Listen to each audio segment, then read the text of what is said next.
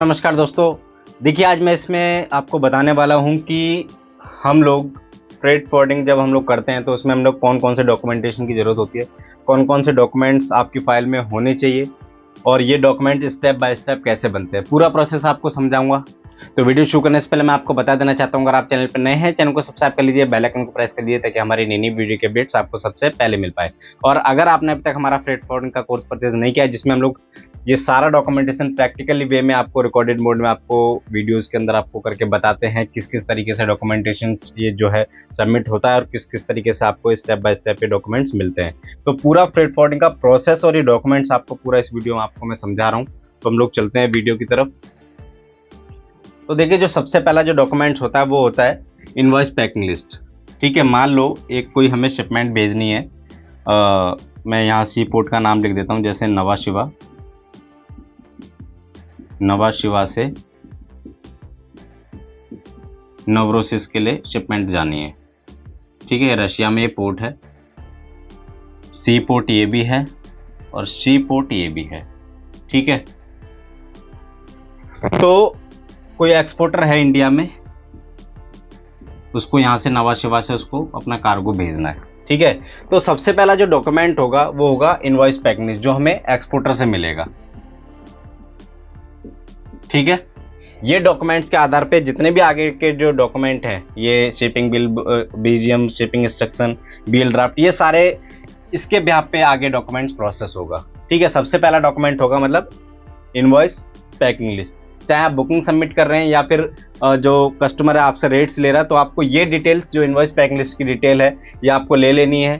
जैसे invoice packing list customer नहीं देता तो आपको डिटेल्स ले लेनी है, क्या वेट है, कितना पैकेजेस है, कितना कंटेनर चाहिए, तो इसके बिहाफ पे आपको वो पता चल जाता है कि आपका जो कार्गो है इस कंटेनर में जाएगा। फिर उसके बाद आप इनको रेट्स देते हैं। जैसे नवा शिवा से नवरोसिस को उन्होंने बोला कि यहाँ से यहाँ तक रेट्स, उन्होंने बोला जैसे यहाँ से यहाँ तक हमारा जो कार्गो है वो जाएगा। तो हम लोग इनवॉइस पैकिंग लिस्ट के आधार पे, ठीक है, कब प्लानिंग है उनसे पूछ लेनी है और उसके बाद हमें आगे का डॉक्यूमेंट प्रोसेस करना है। जैसे इनवॉइस पैकिंग लिस्ट उनसे ले ली और रेट्स वगैरह हमारा फाइनल हो गया है।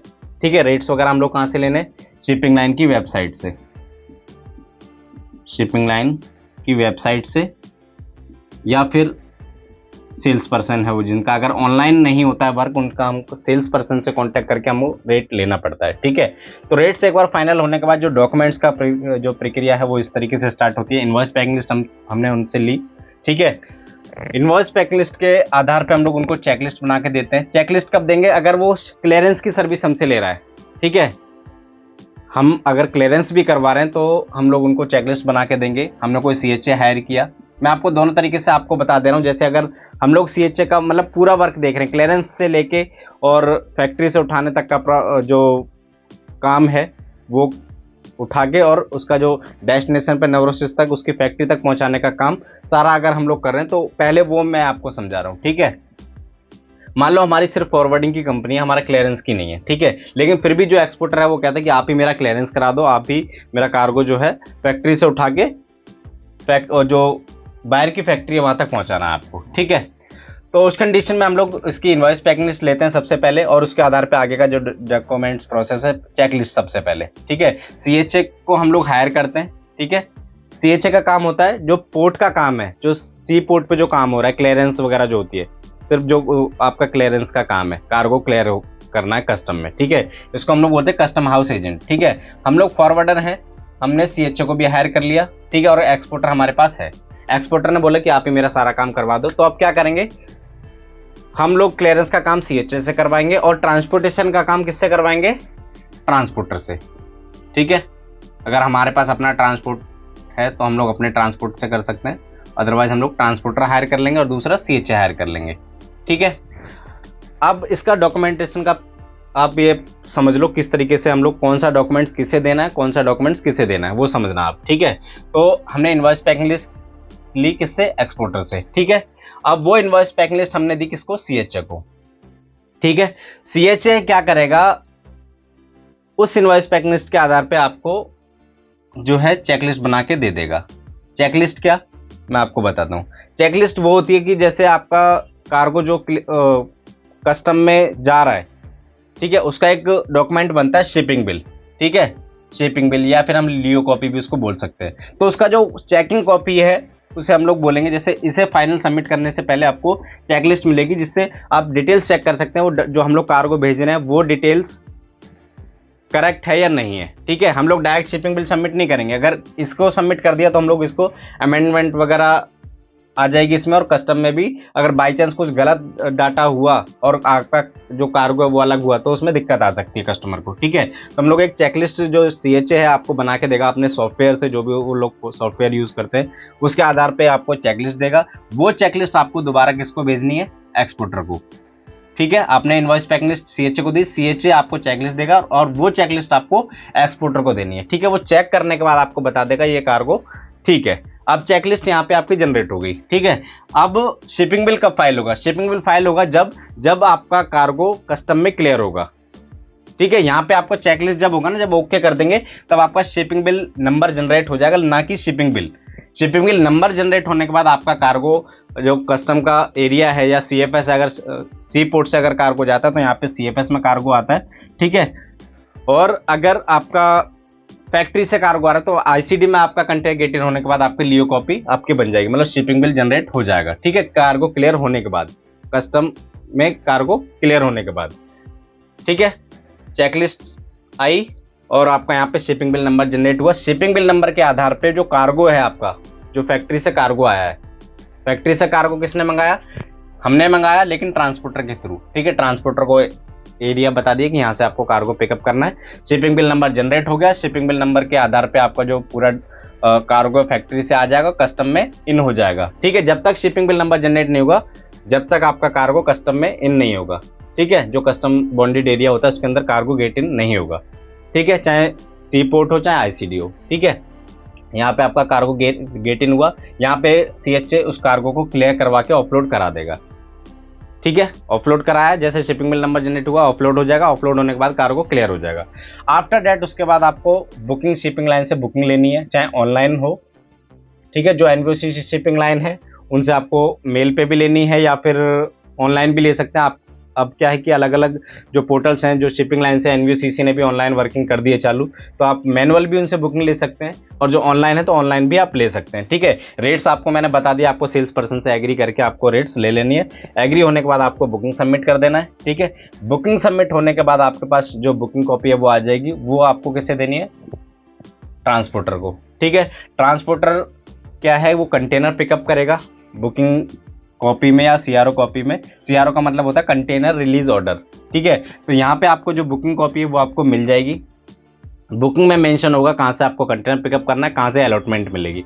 अलॉटमेंट का मतलब होता है कि जो सर्वेयर है, ठीक है, उसके पास आप जाएंगे तो आपको अलॉट कर देगा कि आपको ये कंटेनर आपको यहाँ से इस यार्ड से उठाना है। वो आपको कंटेनर नंबर दे देगा, और जो यार्ड है उस यार्ड का नाम वैसे भी बुकिंग में मेंशन होता है। बाई चांस अगर उस बुकिंग में मेंशन नहीं है तो आपको सर्वेयर डिटेल आपकी बुकिंग कॉपी पे होती है, वहाँ पे आप सर्वेयर के पास जाएंगे, वो आपको अलॉटमेंट करेगा, और उसके बाद आप जहाँ से वो बताएगा वहाँ से कंटेनर ट्रांसपोर्टर पिकअप करके ICD में या फिर नवा शिवा पे, मतलब जो भी पोर्ट है आपका जहाँ से भी स्टफिंग हो रही है, वहाँ पे कंटेनर ला के उसको स्टफ करा के और क्लियरेंस करा के कंटेनर वहाँ से निकाल देगा। ठीक है, इस बीच जैसे नवा शिवा है, कंटेनर CFS में है यहाँ पे। ठीक है, यहाँ CFS होता है कंटेनर फ्रेट स्टेशन। ठीक है, तो यहाँ पे क्या होता है कि आपका कार्गो क्लियरेंस होके, ये कस्टम का एरिया होता है, यहाँ पे आपका कार्गो क्लियरेंस होके, और उसके बाद जब जैसे ही सी पोर्ट का पोर्ट कट ऑफ ओपन होता है, गेट ओपन होता है, तो आपको कंटेनर मूवमेंट के लिए जो CHA वो दे देते हैं और कंटेनर गेट इन करा देते हैं। ठीक है, उस बीच हमें गेट इन कराने से पहले हमें क्या क्या डॉक्यूमेंटेशन करना है। सबसे पहले हमें VGM बनाना है। VGM होता है कंटेनर का आपका जो ग्रॉस वेट है, कार्गो का ग्रॉस वेट प्लस खाली कंटेनर का वेट। ठीक है, टेयर वेट जिसे बोलते हैं, वो वेट मिला के आपका VGM वेट मिलता है। ठीक है, VGM वेट मिला, इसके बाद आपको शिपिंग इंस्ट्रक्शन बनाना है। शिपिंग इंस्ट्रक्शन वो जो कि आपको जो फाइनल डॉक्यूमेंट जो चाहिए होता है, जिसे हम लोग BL बोलते हैं। ठीक है, बिल ऑफ लेडिंग बोलते हैं। तो इसे बनाने से पहले हमें इन प्रक्रिया से हमें गुजरना पड़ता है। मैं आपको बताता हूँ शिपिंग इंस्ट्रक्शन क्या होता है, कि आप शिपिंग लाइन को इंस्ट्रक्शन दे रहे हैं कि मेरे को जो BL है, फाइनल BL है, जिसके आधार पे आपको डिलीवरी मिलेगी, जो कंसाइनी है उसको डिलीवरी मिलेगी, तो उसके आधार पे हमें ये एक शिपिंग इंस्ट्रक्शन बनाना पड़ता है कि हमें ये चीज़ के अंदर मेंशन चाहिए, ठीक है। तो हम लोग शिपिंग इंस्ट्रक्शन शिपिंग लाइन को देते हैं। अब ये ऑनलाइन भी हो सकता है, ऑफलाइन भी हो सकता है, ठीक है। फिर हमें शिपिंग लाइन हमें उसके रिवर्ट में क्या करती है, वो हमें बीएल ड्राफ्ट देती है, जिसे हम लोग फर्स्ट प्रिंट भी बोलते हैं, ठीक है। ये चेकिंग के लिए आपको एक्सपोर्टर को भेजना है। एक्सपोर्टर क्लियर कर देता है कि हाँ ये ओके है। अगर कुछ अमेंडमेंट है तो आप अमेंडमेंट करा सकते हैं, अदरवाइज उसको ओके करने के बाद आपको शिपिंग लाइन को भी ओके कर देना है। देन अब यहाँ समझते हैं, यहाँ है 13 और फॉरवर्डिंग नोट, ठीक है। अगर सी पोर्ट से अगर कोई शिपमेंट जा रही है, ठीक है, सीएफएस से टर्मिनल पे जा रही है, नवा शिवा टर्मिनल पे जा रही है, यहाँ मतलब नवा शिवा पोर्ट का नाम है और यहाँ पे 4-5 टर्मिनल्स हैं, ठीक है। अलग अलग टर्मिनल्स पे यहाँ पे कंटेनर गेटिंग्स होते हैं। तो यहाँ पे अगर सी पोर्ट से डायरेक्ट कंटेनर जा रहा है, मतलब सीएफ, ये जैसा आपका सी पोर्ट है और यहीं पे पास में ही सीएफएस होता है, ठीक है। तो वहाँ पे क्लियरेंस होकर कंटेनर गेटिंग के लिए जाएगा तो आपको फॉर्म 13 की जरूरत पड़ती है। ये आप कार्गोस पे भी डाल सकते हैं और ओडेक्स पे भी डाल सकते हैं रिक्वेस्ट इसकी, और शिपिंग लाइन से मैनुअल भी आप ये फॉर्म 13 रिक्वेस्ट मतलब फॉर्म 13 ले सकते हैं। फॉर्म 13 क्या होता है, कंटेनर गेटिंग करने के लिए आपको फॉर्म 13 चाहिए होता है, कि मतलब परमिशन दे दी शिपिंग लाइन ने कि आप कंटेनर गेटिंग कर दीजिए, ठीक है। फॉरवर्डिंग नोट की कब जरूरत पड़ती है, फॉरवर्डिंग नोट की जरूरत हमें जब पड़ती है जब हम लोग किसी आईसीडी से कंटेनर कर रहे हैं, ठीक है। आईसीडी इनलाइन कंटेनर डिपो से अगर हम लोग कोई कंटेनर कर रहे हैं तो आपको शिपिंग लाइन में हैंड ओवर करने के लिए, मतलब रेल आउट करने के लिए आपको जो फॉरवर्डिंग नोट है उसकी जरूरत पड़ती है, ताकि हमारा कंटेनर रेल होके सी पोर्ट तक चला जाए, ठीक है। तो आपको समझ आया, अगर हम लोग सी पोर्ट से शिपमेंट करें तो फॉर्म 13 और आईसीडी से शिपमेंट करें तो आपको फॉरवर्डिंग नोट की जरूरत पड़ेगी, ठीक है। अब आती है सीएलपी। सीएलपी की जरूरत आपको कहाँ पड़ेगी, जब आप सीएफएस से मतलब यहाँ सी पोर्ट से काम कर रहे हैं तब, अगर सी पोर्ट से शिपमेंट है तो, ठीक है, जिसे हम लोग बोलते हैं कंटेनर लोडिंग प्लान। जिसे कस्टम ऑफिसर पूरा जो डाटा है वो चेक करके, ये कंटेनर्स है, ये डाटा है, मतलब क्या कमोडिटी है, वो सारी चीज़ें चेक करके उस पर अपनी मतलब परमिशन दे देता है आपको कि हाँ ये कार्गो करेक्ट है, उस पर अपनी स्टैंप वगैरह लगा के फाइनल कर देगा, ठीक है। उसके बाद आप फॉर्म 13 रिक्वेस्ट डालेंगे, ठीक है। कंटेनर जो सीएलपी है, आपको जब क्लियरेंस हो जाता है उसके बाद ही सीएलपी कस्टम ऑफिसर साइन करके देता है, ठीक है। इसके बाद कंटेनर फॉर्म 13 रिक्वेस्ट मिली, मतलब फॉर्म 13 मिला आपको, उसके बाद आपने कंटेनर गेट इन किया ट्रांसपोर्टर के थ्रू, उसको फॉर्म 13 की कॉपी दे दी और कंटेनर गेट इन हो जाएगा वहाँ टर्मिनल पे, ठीक है। फिर उसके बाद का जो प्रोसेस है वो है इनवॉइस रिक्वेस्ट। शिपिंग लाइन में आपको इनवॉइस रिक्वेस्ट डालनी है, ओडेक्स पे भी डाल सकते हैं या फिर आप मैनुअल भी उनसे बोल सकते हैं आप इनवॉइस दे दीजिए मेरे को, ठीक है। फिर क्या होगा कि आपका जो कंटेनर गेट इन हो जाएगा टर्मिनल में, ठीक है। तो कंटेनर वेसल पे भी लोड हो जाएगा कंटेनर गेट इन होने के बाद, ठीक है।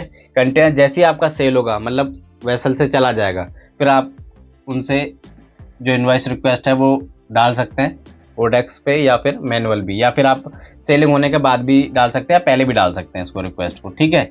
फिर उसके बाद आते हैं पेमेंट डिटेल सबमिशन। जैसे इन्होंने आपको इनवॉइस दी, फिर आपको पेमेंट डिटेल उनको देनी है कि ये पेमेंट है, हमने पेमेंट कर दी है। देन आपको बीएल आपको दे देंगे। बीएल आपको ओरिजिनल भी हो सकता है और ये सीवे भी हो सकता है, जिसे हम लोग सॉफ्ट कॉपी में लेते हैं, ठीक है। फिर उसके बाद होता है डीओ।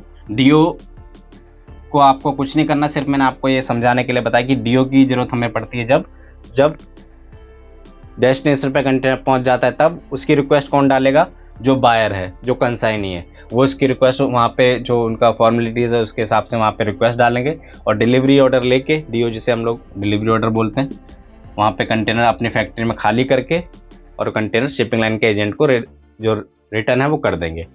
यहाँ से कंटेनर उठाया, वहाँ पे कंटेनर वापस कर दिया, काम खत्म, ठीक है। अब वहाँ पे डिलीवरी ऑर्डर के लिए हमें जो बीएल है, जो एक्सपोर्टर है, उस बीएल को कंसाइनी के पास बाय कोरियर भी भेज सकता है। अगर सीवे लिया है तो मेल पे भी भेज सकता है, ठीक है। ओरिजिनल लिया है तो उसको बाय कोरियर उसको भेजना पड़ेगा। तो आपको आई थिंक ये समझ आ गया होगा क्या प्रोसेस है। कुछ भी डाउट्स होगा तो मेरे को कमेंट बॉक्स में बताना, तो मैं आपको दोबारा से इसको क्लियर करूँगा किस तरीके से इसका डॉक्यूमेंटेशन प्रोसेस चलता है। आई थिंक मैंने वैसे तो क्लियर कर दिया है। इसके अलावा कुछ भी डाउट्स रहा होगा या कुछ समझ नहीं आया होगा तो मेरे को क्वेश्चन आप कर सकते हैं, ठीक है। तो इस वीडियो को हम लोग यहीं समाप्त करते हैं। मिलते हैं नेक्स्ट वीडियो में एक नए टॉपिक के साथ। तब तक के लिए धन्यवाद।